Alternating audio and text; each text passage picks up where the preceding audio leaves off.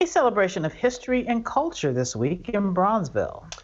Situated west of the Milwaukee River between North Avenue and State Street, the Bronzeville area has long been recognized as a neighborhood that celebrates diversity and inclusion. And all this week, the city will honor that history. Sean Gallagher is on Martin Luther King Drive, where there are reminders of how far we've come and how far we still must go. You know, art is what you make of it, and this installation near MLK and Clark, very representative of the protests that we're seeing all around the city of Milwaukee. Diverse and individual as one, but beautiful together. As different as they all look, what's happening right now in Milwaukee is the same as it was over 60 years ago.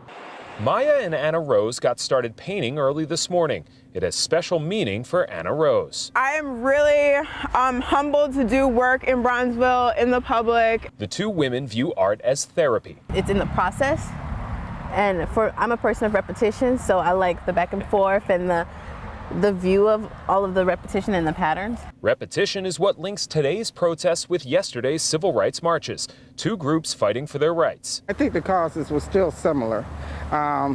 They're still fighting for justice, particularly in the legal system. Della Wells is an artist who grew up in Milwaukee during the civil rights era. She will speak on a panel Monday night about her experiences and how they compare to today. She felt compelled to join the movement as a teenager. When Dr. King got killed, there was a protest. I joined that protest. I had to sneak out and join the protest because I was like, 15, 16 when he died, and my parents wouldn't have let me go out and protest. One of the largest protests in Milwaukee history was over fair housing, starting in 1967. People marched for 200 straight days.